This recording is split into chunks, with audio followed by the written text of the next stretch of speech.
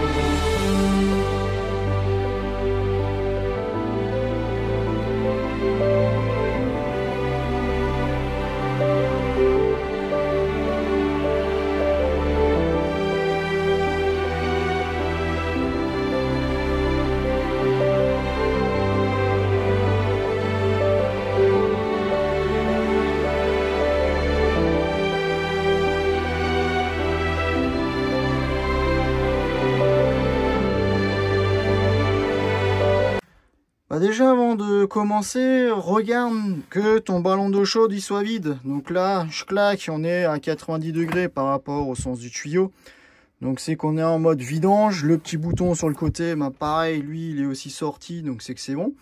Quand ton ballon d'eau chaude est entièrement vide, bah tu pourras venir et déconnecter le raccord du bas, raccord d'eau froide. Tu pourras venir déconnecter le raccord d'eau chaude. Et bien évidemment, tu vérifies que ta bouteille de gaz est débranchée. Et moi, ce que je fais toujours, je ferme encore en plus le robinet d'arrivée de gaz. Ouais, parce que vu qu'on est à plusieurs par moment à bosser sur les mêmes véhicules, pas qu'il y en a un qui met le gaz et puis ben, ça sort. Et tu pourras déconnecter donc ton raccord gaz. Voilà. Donc là, tu as déjà déconnecté cette partie-là, donc on est bon. Après, comme dit, tu avais donc la cheminée de chauffage. Elle, pareil, tu la déconnectes. Et donc, tous tes branchements. Donc, pareil, là, tu as le branchement, donc 12 volts. Donc, tu as le plus et moins. Donc, tu reprends l'ensemble en photo pour être sûr de remettre les mêmes choses au bon endroit au remontage. On avait encore le petit truc téléphone avec la saleté. Donc, qui lui va au petit panel pour mettre le chauffage chauffe en fonction. Et tu as encore la petite sonde de température. Voilà. Après, tu en as certains qui ont encore l'un ou l'autre petit branchement en plus. Si maintenant, tu as un capteur de fenêtre ou un truc comme ça. Voilà. Et tu enlèves tes 4 bouches d'aération. Voilà, tes 4 tuyaux. Tu enlèves les vis aux extrémités. Non, il y en a une ici que j'ai déjà enlevée. Tu en as une autre qui est là. Tu en as une autre là derrière. Et encore une autre là derrière dans le fond. Voilà. Tu as 4-5 vis. Voilà. Et quand tu as fait tout ça, voilà, si tu regardes, on va pouvoir le sortir. Hein, voilà, directement dehors. Et bien nettoyer avant de remettre le nouveau. Tu ne mets pas le nouveau dans de la crasse. Voilà. Donc voilà, là maintenant c'est tout propre, prêt à accueillir donc le nouveau chauffage. J'ai fait aussi de suite la modification donc de l'eau, c'est plus simple tant qu'il n'est pas dedans. Donc tu vois, ça c'est les nouveaux raccords donc rapides. Donc là je lui ai changé le petit bout de tuyau. Que avant on avait ça, donc c'est un petit c'était ira visser avec un petit joint torique à l'intérieur. Donc d'office changé pour avoir donc le nouveau matériel adapté. Voilà.